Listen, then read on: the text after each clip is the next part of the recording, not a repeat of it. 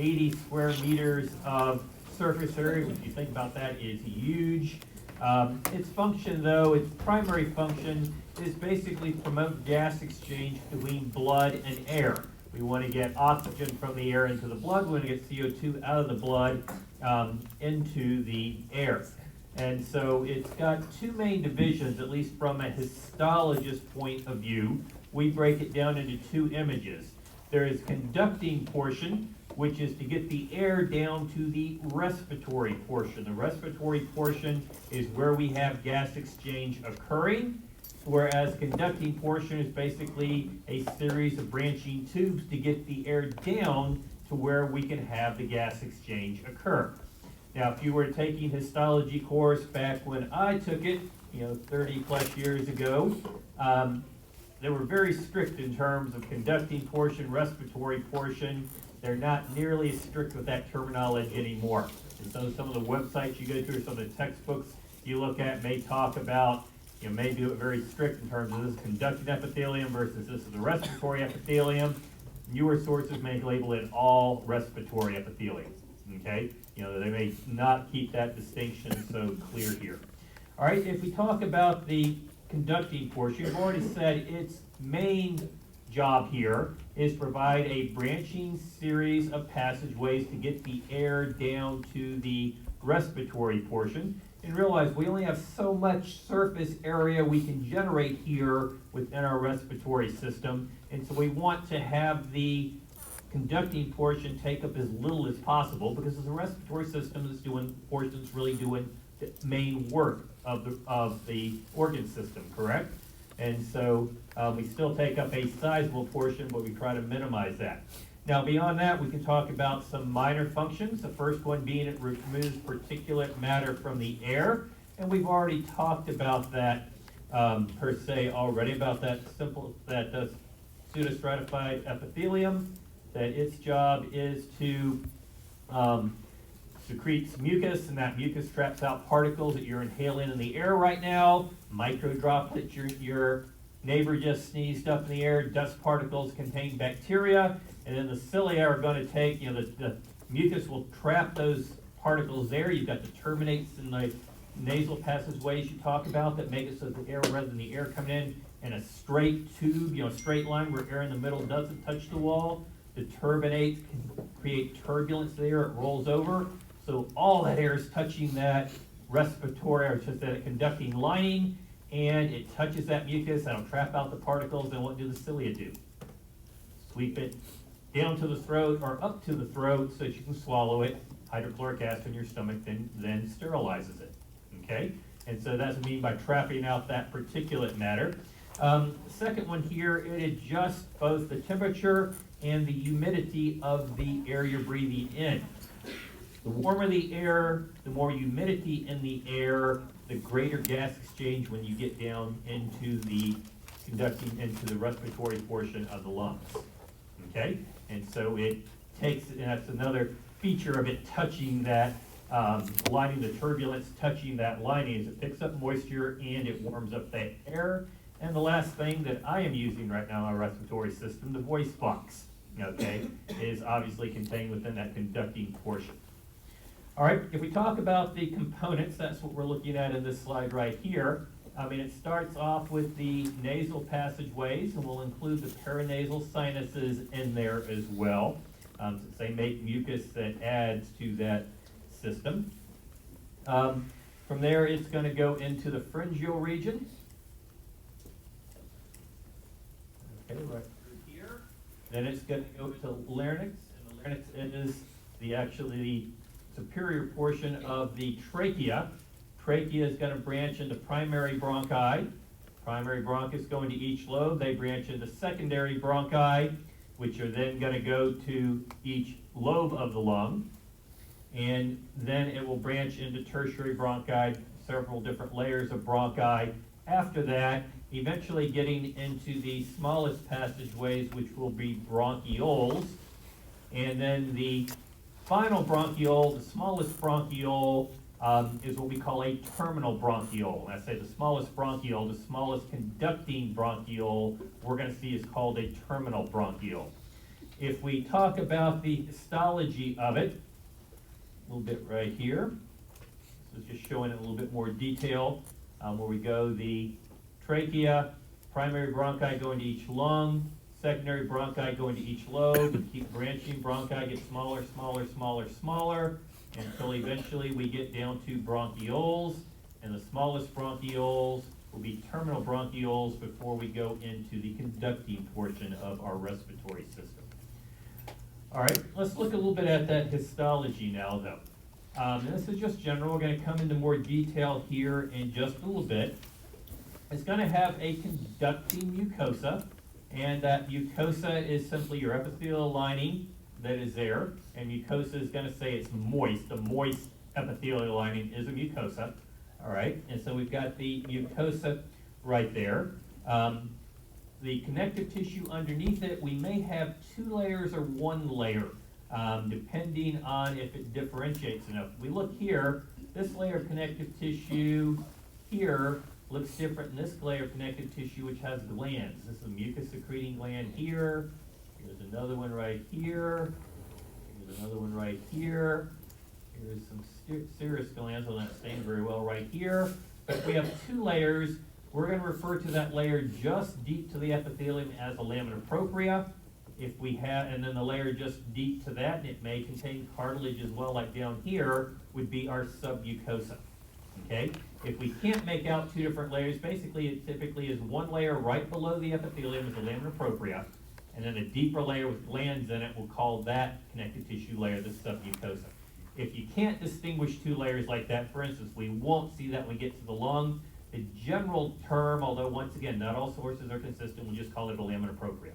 Okay? But we can see 2 layers, a lamina propria and a submucosa right there.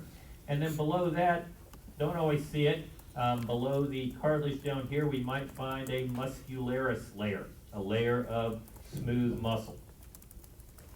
Okay? Now, all these layers are not always going to be present, but we'll use the terms as we go through nasal passageways, trachea, bronchioles, and so on, in describing the layers. All right, the respiratory portion represents about 40% of the total surface area here, and it's where we, of course, have the gas exchange occurring. If we want to talk about the components of it, well, the terminal bronchiole, I'll use this over here, this drawing over here, and I'll come back to the one on the right. The terminal bronchiole is the last component of our conducting portion, correct? And then from here on out, the respiratory bronchiole, alveolar ducts, alveolar sacs, and alveoli are going to be our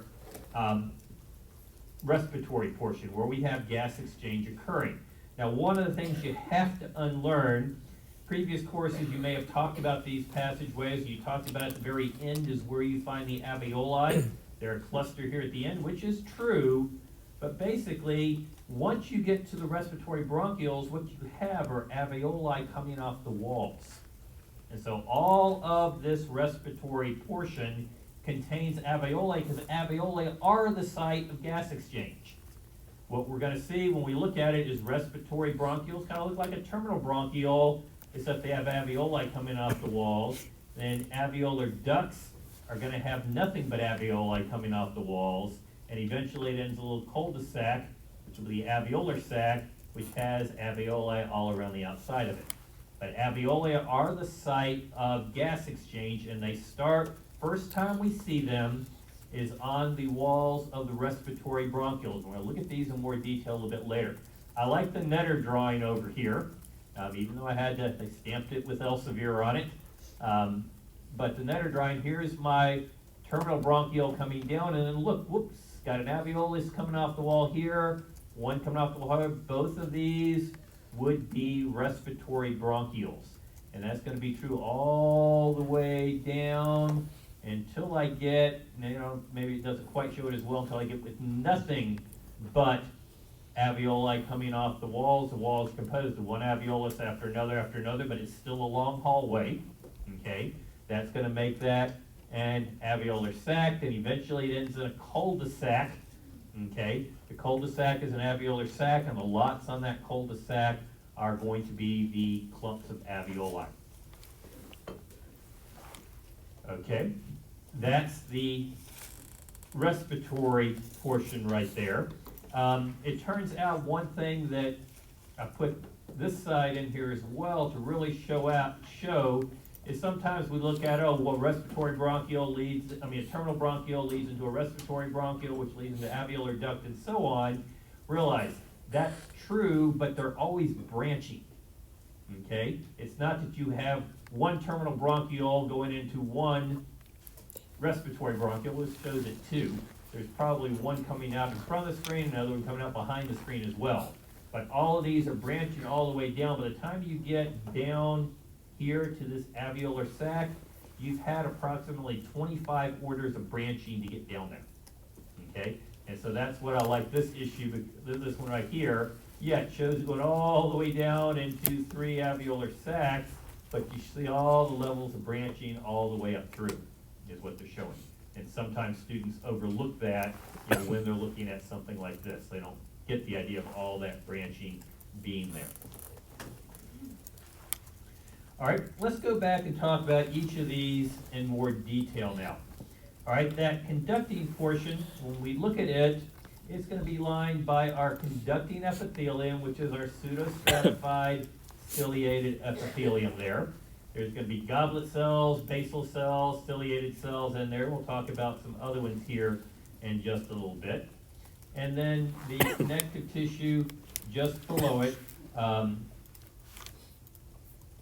it is going to be a loose irregular connective tissue. It's going to have many glands to it. If we can separate out 2 layers, which we can't separate out here, we call it a lamina propria and submucosa. All of this, there's glands here, and so on. You really can't separate it out any further there. All right, I said it's a pseudostratified ciliated epithelium. A lot of textbooks will point out that you've got skin on the outside of the nose. When the skin comes up and goes in the nose, for a very short distance, a few millimeters, you have stratified squamous. Okay, going up inside the nasal passageways, but it quickly then converts to our pseudostratified ciliated epithelium. And then we've got the lamina propria. We may break it down to a lamina propria and submucosa we're going to see in various places. Can sit directly in the terms of our nasal passageways here, which is I guess what I'm talking about right now. It's going to sit directly upon cartilage or bone. Okay, that's one clue. If we see bone, we know we're looking at a nasal passageway here. If we take a look at it, it contains numerous glands. Here's our epithelial layer. Okay, our conducting epithelium. And then here, these are all dark staining glands. These are our serous glands, which are most abundant in nasal passageways. We'll occasionally see some mucus secreting glands in there as well. Realize we've got the perinasal sinuses, which pump out tons of mucus in there. We'll often find lymphatic nodules or diffuse lymphatic tissue. Don't see any here, but it would make sense we're going to see it in there. The other thing we're going to see, if you take a look, you've got these large structures here labeled with a V. Those are thin-walled veins, and it turns out this is cavernous tissue. These can become engorged with blood, and what we do is we alternate first one side of the nose. We're going to swell up that cavernous tissue on that side versus the other side we won't, and that makes it so typically you breathe out on one side better than the other, correct? If you tie that, say, after lunch today, it may have switched sides. What's it doing? Well, when it engorges with blood, you leak out some plasma, and that plasma is important in terms of keeping those nasal passageways moist. Remember we said that air coming through is evaporating some of that moisture off the surface to humidify the air. Well, basically, after you've used it for a while, the side you're breathing out of right now, you're losing moisture from it, that surface. But what you're going to do in a few hours, you're going to say, okay, I need to remoisturize that surface. I'll engorge the veins on that side. I won't be able to breathe out of it, but I will not engorge the veins on the other side to allow me to breathe out of that side for a while because it's being fully moistened right now because it's engorged, correct? Does that make sense? And so we see that there. We often refer to it as cavernous or erectile tissue because it does engorge naturally. It is trouble when it engorges on both sides, correct? At the same time. And we have trouble breathing out of our nose, typically more of an allergic reaction when that happens. All right, now also within the nasal passageways here, within the roof of the nasal passageways, we have the olfactory epithelium, which is our sense of smell. Now, it's in the roof of the nasal passageways, and so almost every website or every textbook shows it upside down. It's in the roof, so it should be completely inverted from the drawing and the micrograph here, correct? But we'll go with it as is. Just when you see it upside down, don't think, oh, they got it upside down. No, they really have it correct if they show it to you in the other orientation right here. If we take a look at it here, we'll start off with the drawing, then we'll go over to the micrograph. There are three types of cells here making up our olfactory epithelium. Now, obviously, our olfactory epithelium, I haven't stated it, it's responsive where you get your sense of smell. Okay? Three types of cells. You first have these basal cells down here, kind of pyramidal in shape. You see triangular in shape down here on the bottom. They drew their cytoplasm a little bit stronger, and then went darker in color than the other ones.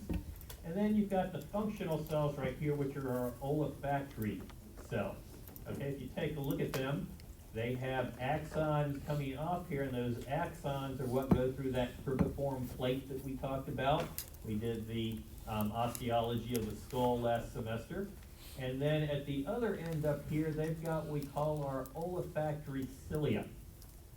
If you take a look at them, they're tangled up here, kind of a mat. They're the ones that are drawn in the purple here coming off these, and these are where you have the olfactory receptors that detect odoriferous molecules that are responsible for you detecting molecules for the sense of smell, and then basically that creates action potentials that are traveled back to the brain where you then interpret these molecules up here. Is that smells sweet, that smells like spaghetti sauce, that smells like a steak on the grill, okay? The third type of cells you have in here are what we call the sustenacular cells. If you look, these are the very tall, robust cells up here. Sustenacular says that they provide some type of supportive role. And in terms of that supportive role, it's thought to be both physiological and structural.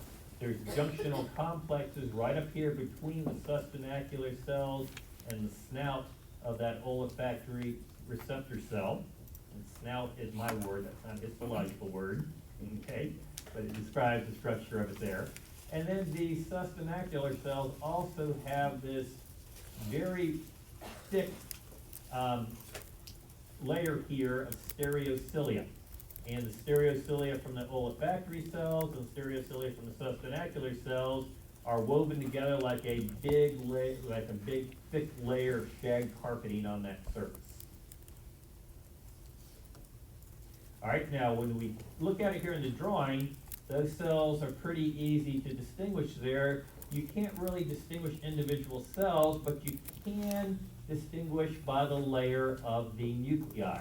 If we take a look, here's the nuclei of the basal cells down here. Slightly above it will be the nuclei of the olfactory receptor cells, and then closer to the surface will be the nuclei of the sustenacular cells, correct? And so if we come over here, okay, let's say everything from this, let's say right above the pointer here, everything from this above this line is the olfactory epithelium. And so this layer of nuclei I'm passing through right here would be my basal cells. This layer of nuclei is a little bit thicker, so let's say it's 2 nuclei thick or so. This layer I'm passing through right here would be my olfactory receptor cells, and this dense layer of nuclei, many nuclei thick up here, would be my sustenacular cells.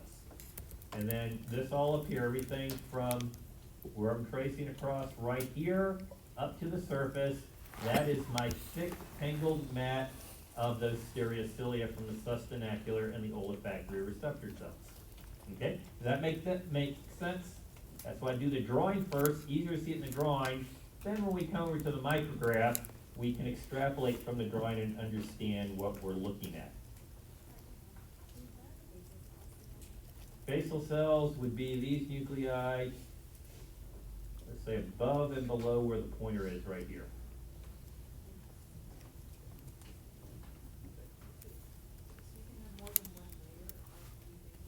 Yeah, I mean, it's just that it's not necessarily two layers, it's just you've got another triangular one right here that's made the nuclei a little bit higher.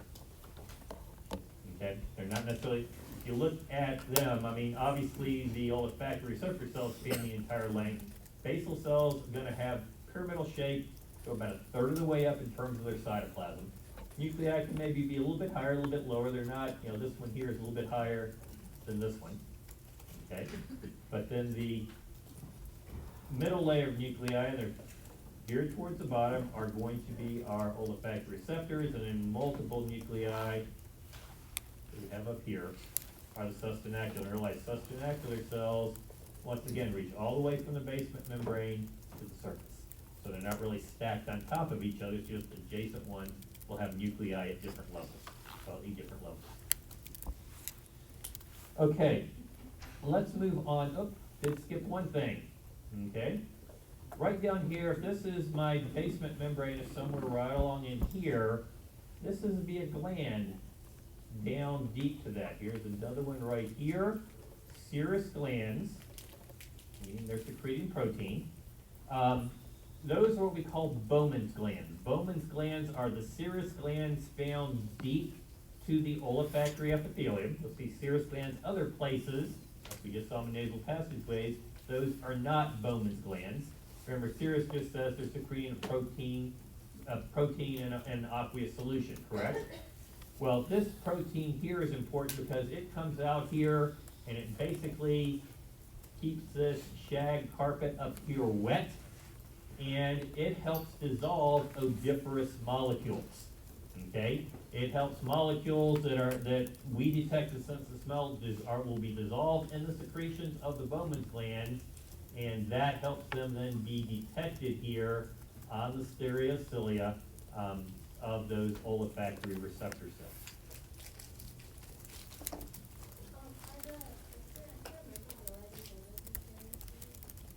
Yeah, they're elongated microvilli, which are stereocilia. I may have microvilli in the notes, but they're longer than true microvilli would be.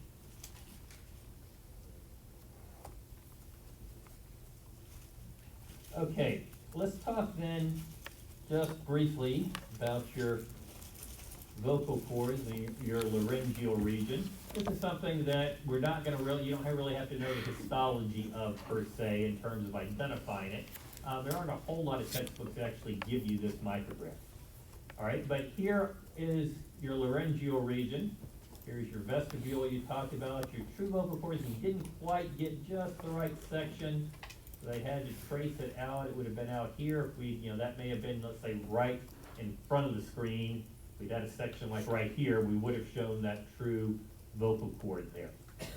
All right, we can see some of the things you talked about with, if that would have been Dr. Dunn doing that this year. Talked about with Dr. Dunn here. It's lined by a conducting epithelium. I don't think she would have talked about that pseudostratified epithelium, except for some individuals right here on the vocal cords, they can have stratified squamous. If you use your vocal cords a lot, particularly if you yell a lot, okay, you get more air passing through there, and the air creates enough friction that it will convert the the pseudostratified epithelium to stratified squamous. Think of that drill instructor, okay, who's always yelling at those recruits, very loud voice, guaranteed. That individual has stratified squamous instead of pseudostratified on their vocal cords. Once again, you know enough it makes sense, right? You can have transitions occurring of the epithelium with use. Use of it here has more friction. Air, but still more friction. All right, the cartilage components that are in there, which are not very evident in this image right here, they are going to be some hyaline, some elastic cartilage. She may have mentioned that before. You hadn't talked about a difference between hyaline and elastic cartilage, depending on which of the cartilages you're talking about that she covered there. Some will be hyaline, some will be elastic. And with age, cartilage we've talked about can become calcified. We talked about that like with the coastal cartilages.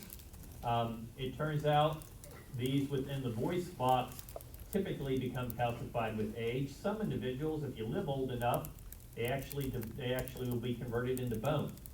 Okay, and that is one reason why Grandpa's voice sounds the way it does. It didn't sound the same way when he was your age. Okay, that cartilage is calcified. It's not as pliable anymore. It's much more rigid, and that affects the quality of the voice in people who live to a very ripe old age.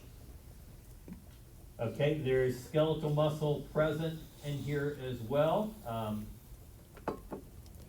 Label 1 muscle right there.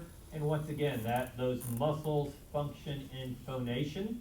They function to basically, I always like to think of this as guitar strings, your vocal cords, and we tighten them up in terms of when that air passes over, it can pluck them like a guitar string could, like you tighten that guitar string, and you loosen them, tighten them, and so on to make different sounds.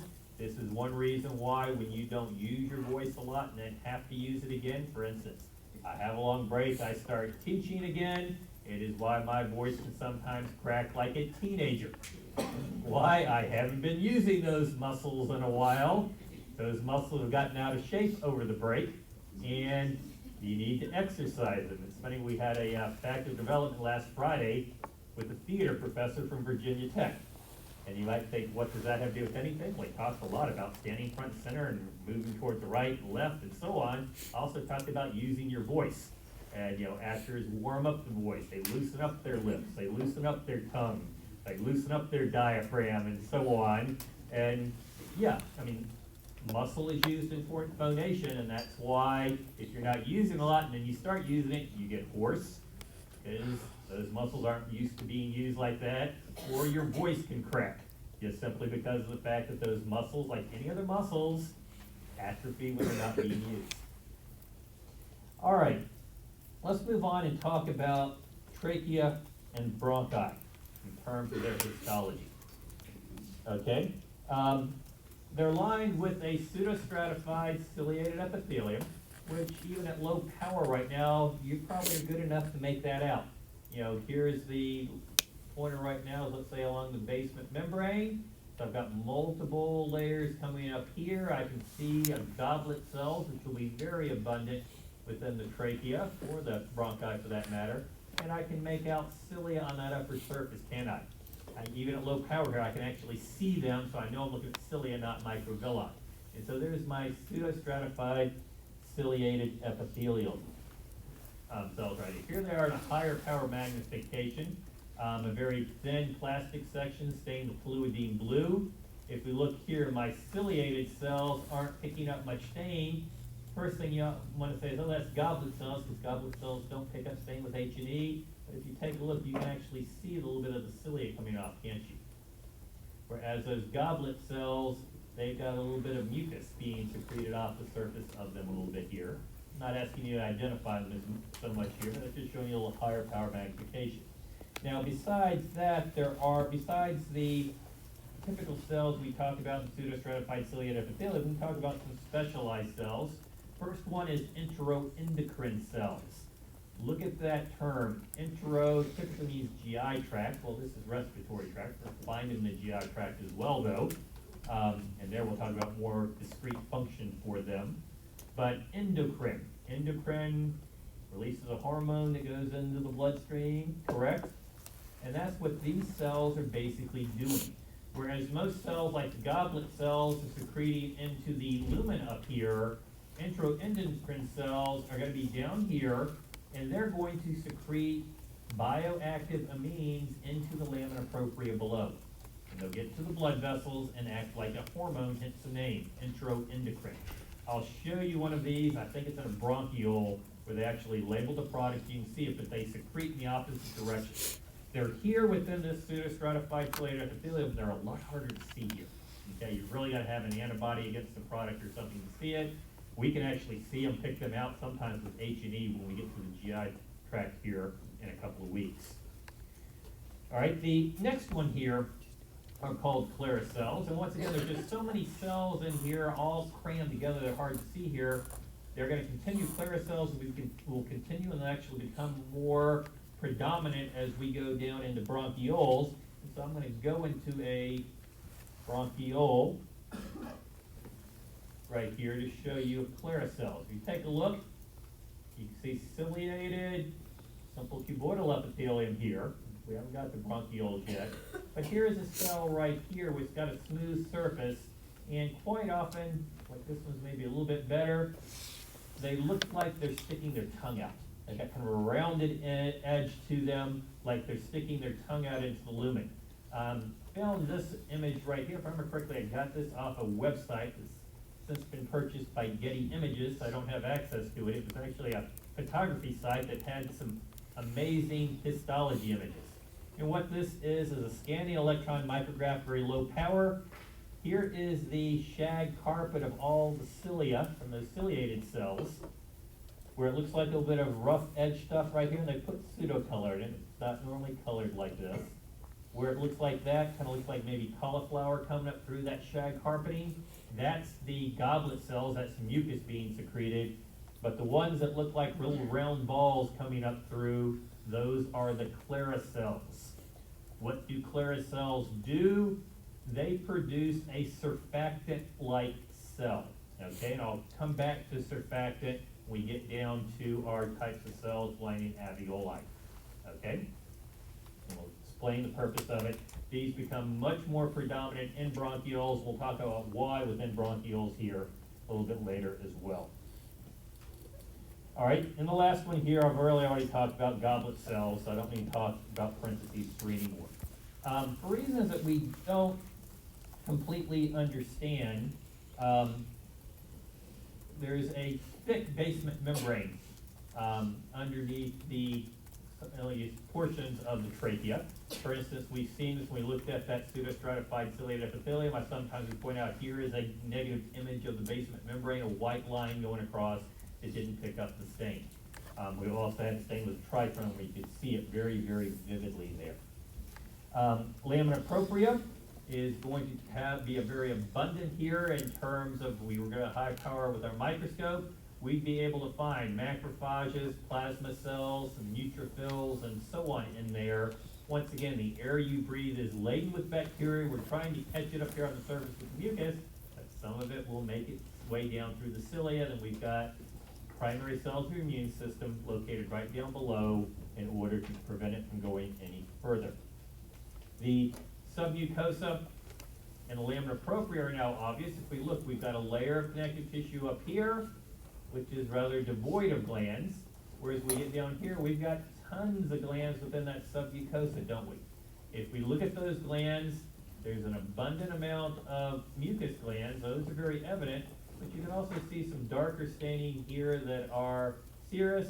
And here's a mix. I mean, if you look, it's got mucus, and then it's got a cap on the top of it here, stained very darkly just to the right of the pointer, which is serous, isn't it?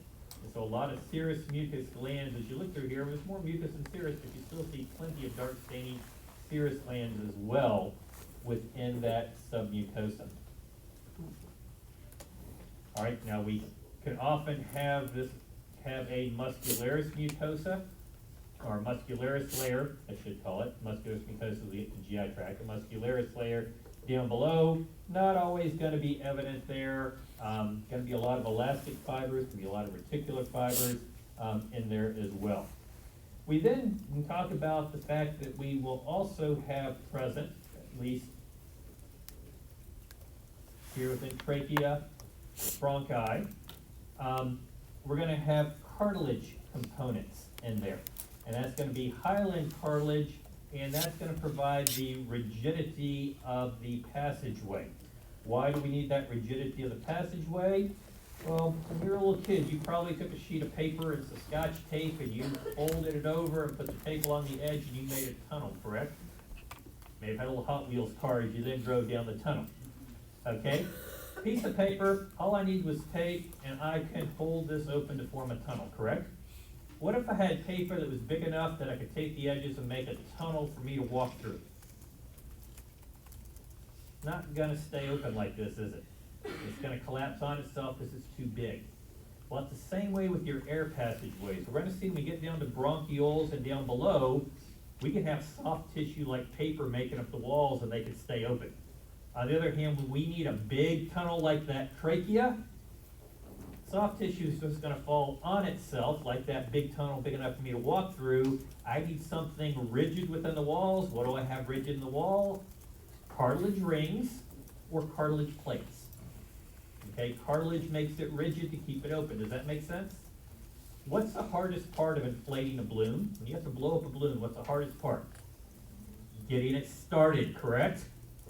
We want our respiratory system, we never want it to collapse, because if it does, we don't have a musculature to get it back open.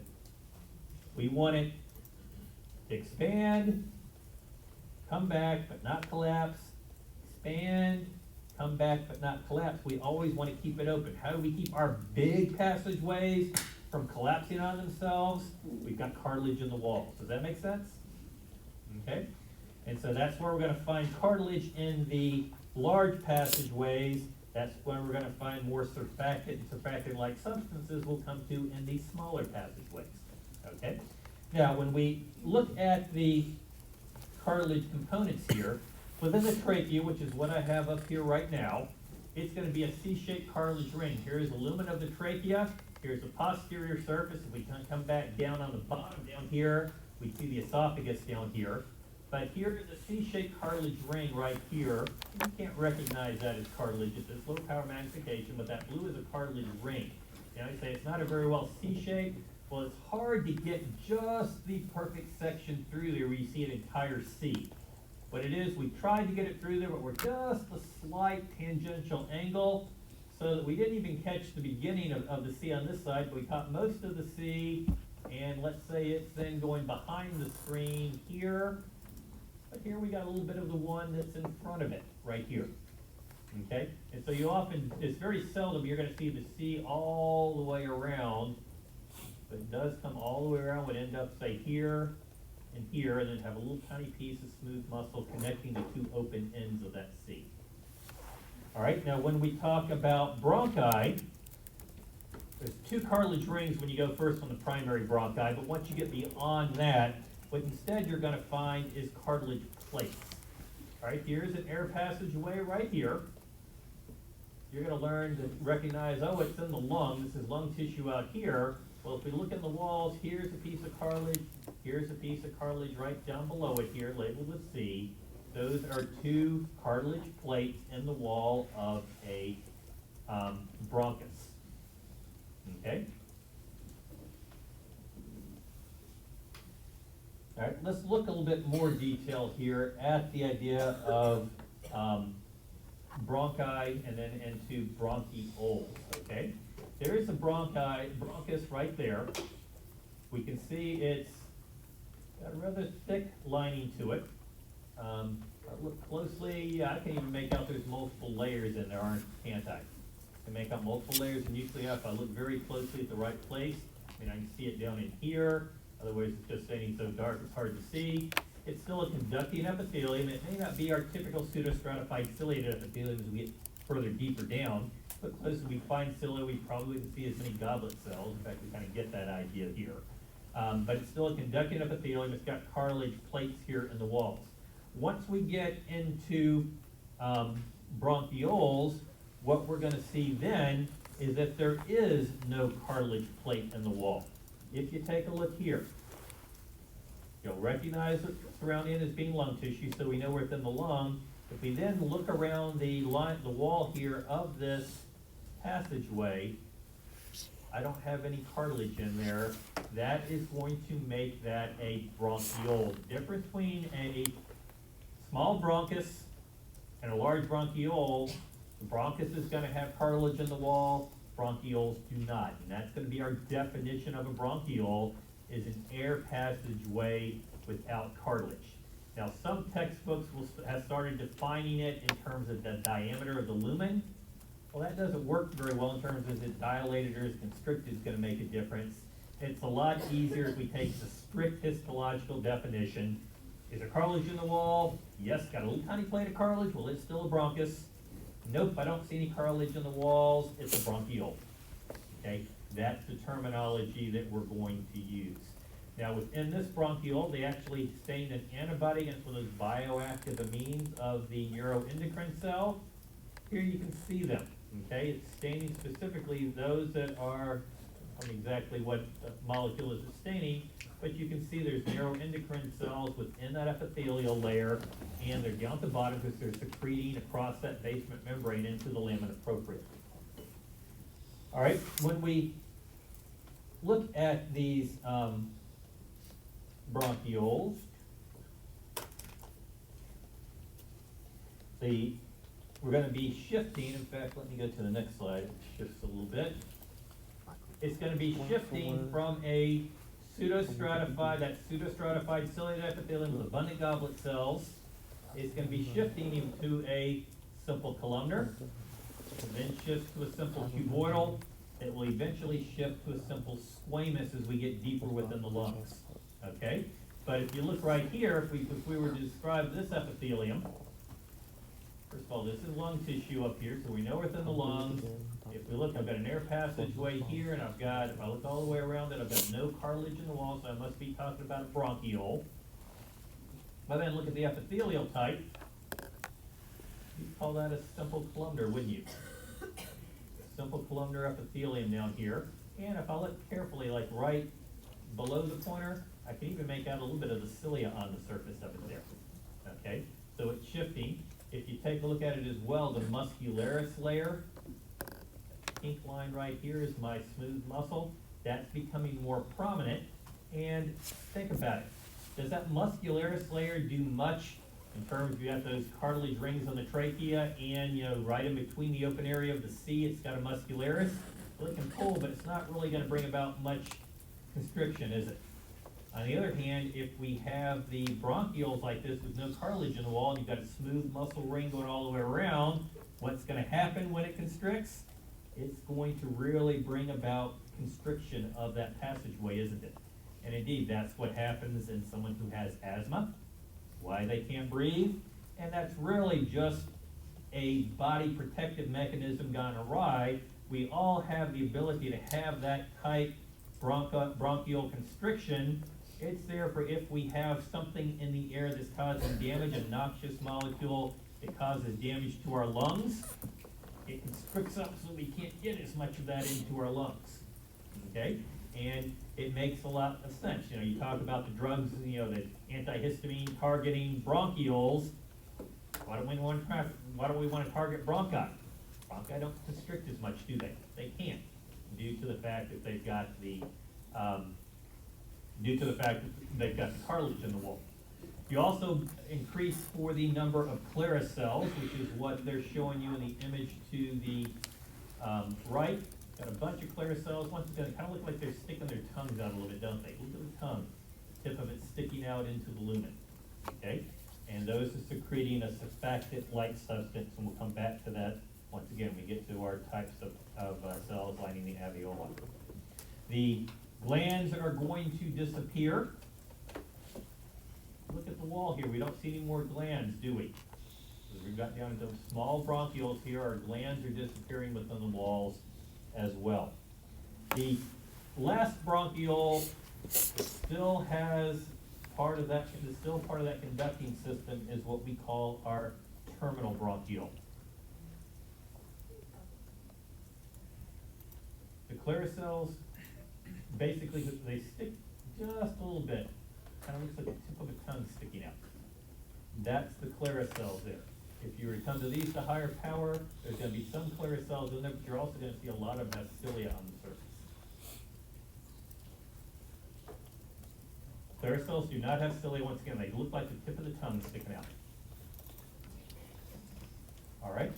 Now, let's then move on and talk about the respiratory portion. Okay. If we take a look, you're going to recognize this. This is lung tissue. This is what lung tissue looks like. If you look up here, we've got a respiratory passageway. It's coming here and it's branching here and branching down here. Very low power magnification, 40 times. If we take a look up here, we can make out the purple epithelium. and then the pink connective tissue, and there's probably muscle in there as well. But if we take a look, it's all fairly thick in terms of the epithelium as well as the connective tissue layer, and it's continuous, isn't it? There's no breaks to it until we get right down here. And here, we've got little pouches coming off the side that are much thinner walled, don't we? Okay? This right here, where it's still continuous thick all the way through, that's our terminal bronchiole. Okay, no cartilage in the wall, so it's a bronchiole versus a bronchus. And it's part of the conducting system yet. How do I know it's terminal? Because it's leading into what right here is a respiratory bronchiole. These thin-walled pouches coming off the side here are alveoli, and once we have those pouches coming off the side, we know we're within a respiratory bronchiole. Respiratory bronchioles have patches of thick lining, and then alveoli coming off the walls. Okay? And down over here. Here we start to see alveoli coming off the walls. Here's a tiny bit of one coming off the wall. Here's larger coming off the walls. If you look, you've got thick lining, thin, thick, thin, thick. The other side, opposite, thin. Okay? That's a respiratory bronchiole. We start to see the alveoli coming off the walls, and we still have portion of the walls that have that thicker lining to them. That is a respiratory bronchiole, called respiratory, because you're getting gas exchange within those alveoli.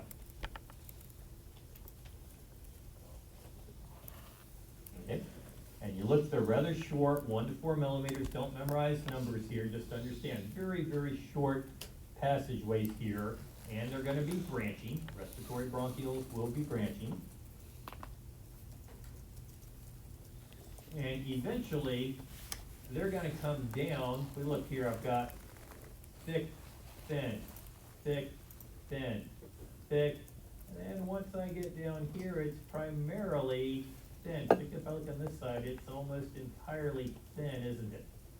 Where it's entirely thin on the walls with alveoli coming out the side, but it's still a hallway, that's going to be an alveolar duct. Alveolar ducts are going to be branching as well.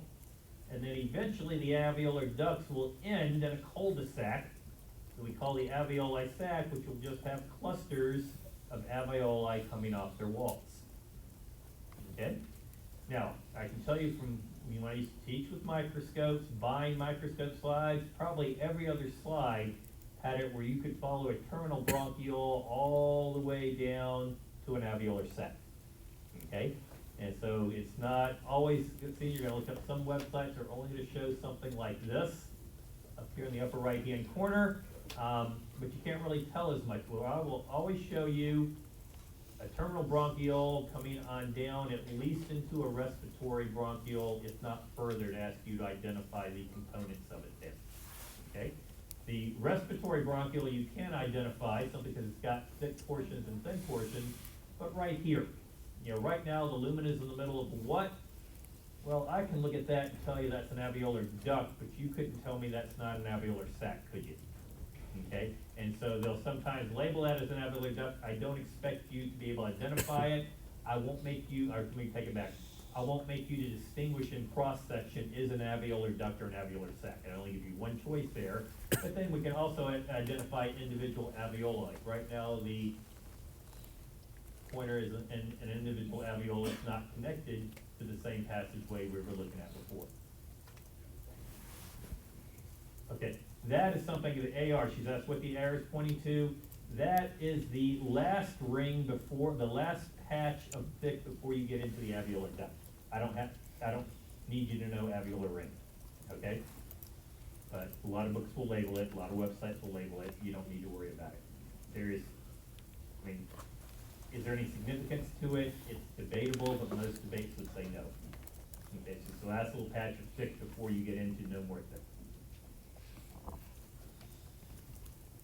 All right, and then the alveoli. Now, alveoli, we're going to go into more detail, whether we're looking at the terminal alveoli or coming out the alveolar ducts. This is one place where it's really nice to do a very thin plastic section and stained with toluidine blue, and that's what we've got right here.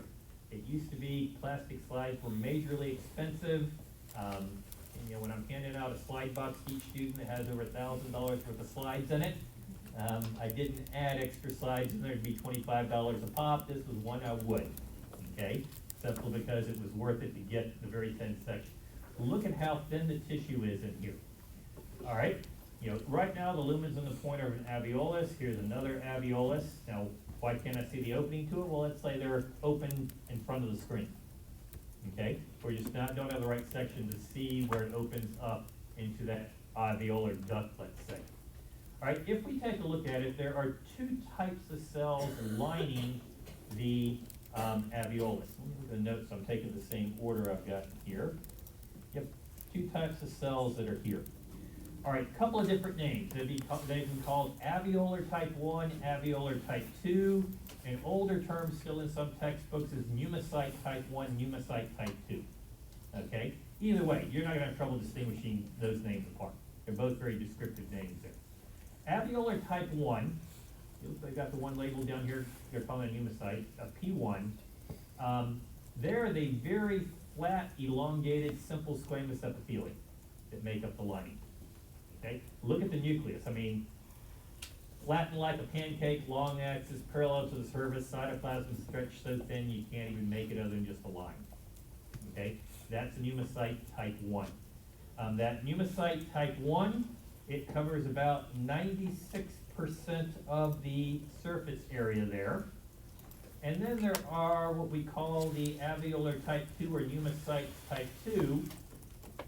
They're not flattened out.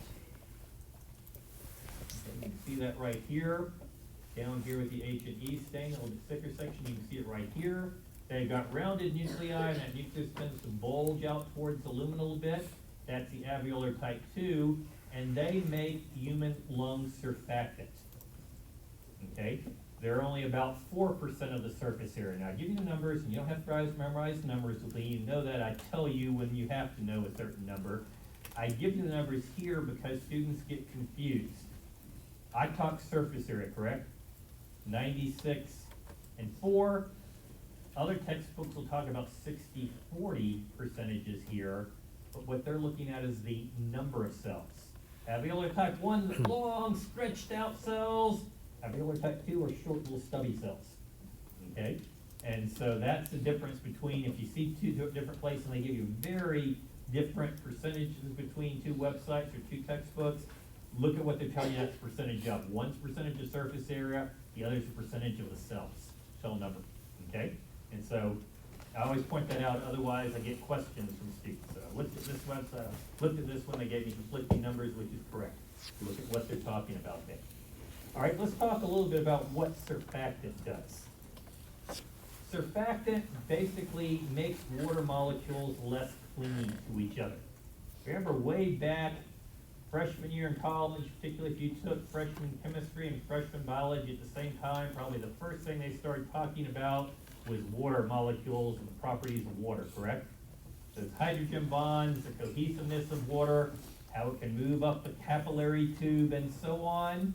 Water molecules cling to themselves. Well, if I've got a small alveolus, very thin walled, like you see right here, it's going to have a layer of moisture along the surface. What's going to happen if those water molecules cling to each other? It's going to want to constrict it in and potentially collapse it, correct? And what surfactant does is it makes the water molecules less clingy. They don't attach, the hydrogen bonds are not as abundant, and as a result, they don't tend to cling to each other and collapse these structures. Okay?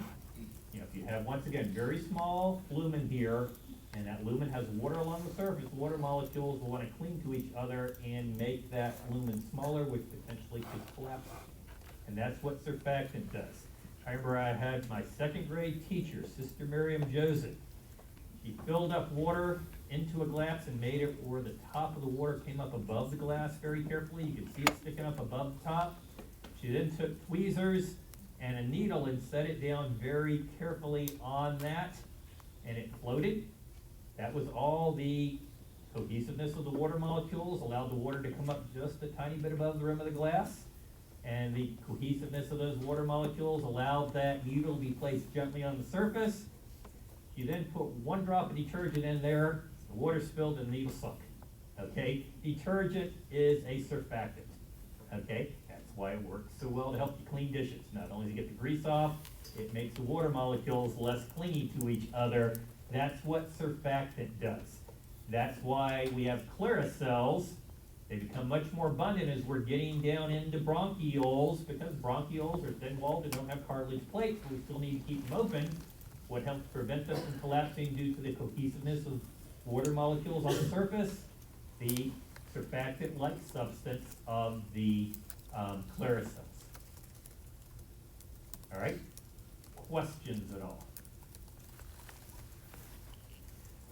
All right, now there's also, when we look at lungs here, I'll look at the next image, we'll look at this one first. Here's the scanning electron micrograph right here. And if we take a look, here I'm in the lumen of a capillary. Here's the wall of the capillary. It looks like corrugated cardboard, doesn't it? When you look at it there, those are capillaries. Indeed, if we take a look at the images over here, see how it looks like it's hollow? The wall looks like it's hollow just to the right of the pointer here. That's because we've got a perfect section of a capillary going through there. Same thing up here. In fact, the E that they're labeling here, if you take a look where they've got it P1, that's a simple squamous cell, and that nucleus looks like it's on the surface, doesn't it? If you look at this one here where it's labeled E, still a simple squamous cell, but it looks like it's got cytoplasm outside on the above it here, doesn't it? Just like, that's because that's an endothelial cell that you know is lining the capillary. Here's the pointers right in that capillary. You can see it right through here very well. They're very, very abundant in capillaries within the walls. Why? Because that's our job, isn't it? Our job right here is to provide exchange between blood and the air that we've just inhaled into that alveolus. Okay? So look how thin of a layer it's got. Those oxygen and CO2 molecules have to diffuse across to get where they're going. Do we talk about simple squamous? We're going to use that when we need diffusion. Look how thin it is there. Nice, very thin surface for diffusion. If we take a look at the next slide is an infusion. They didn't make it like a normal slide. What they did was they injected a stain into the capillary bed, and what you're looking at here is each of these tiny little structures, like right here would be an alveolus. We're not staining the cells in the wall. All we're showing is look at the capillary ring around the alveolus here. Each of these alveoli have a capillary ring around them there to provide blood for exchange. Yep. Okay. Thank you. Somebody rang me, it's 11 o'clock. Thank you. I get talking. I'm excited about my stuff, so I don't notice the clock. Take a 10-minute break. I'll finish this up afterwards, and we'll have plenty of time.